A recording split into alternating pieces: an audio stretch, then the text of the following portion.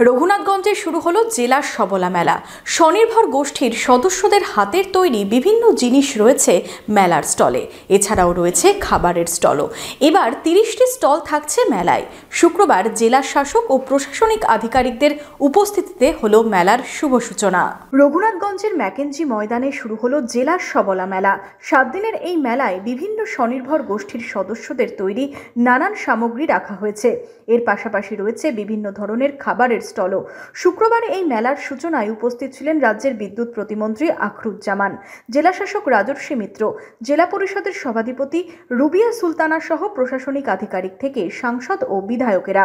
এই মেলা আপনারা জানেন এসএইচজি গোষ্ঠী বা সেলফ হেল্প গ্রুপের মহিলাদের এবং অন্যান্য ক্ষুদ্র শিল্প তাদের যে প্রডিউস তারা যা উৎপন্ন করে তার বিক্রি কিনে সুযোগ করে দেওয়ার জন্যে এই মেলার আয়োজন করা হয়।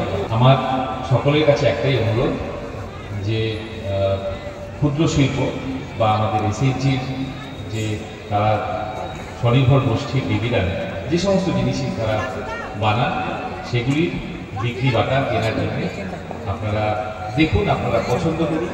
9 জানুয়ারি পর্যন্ত মেলা চলবে। মেলায় এবছর 30টি স্টল রাখা হয়েছে।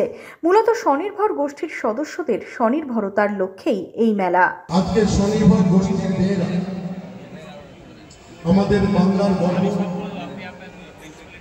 স্বনির্ভর গোষ্ঠী সম্ভবত 2009 সালে তার যাত্রাপথ শুরু করে, কিন্তু 2011 সালে মামাটি মানুষের সরকার প্রতিষ্ঠিত হওয়ার পর বাংলার জননেত্রী মমতা ব্যানার্জি উপলব্ধি করেছিলেন যে স্বনির্ভর গোষ্ঠীগুলোকে যত বেশি গুরুত্ব দেওয়া যাবে, গ্রামীণ বাংলার মা বোনদের যত বেশি করে আমরা গুরুত্ব দিব।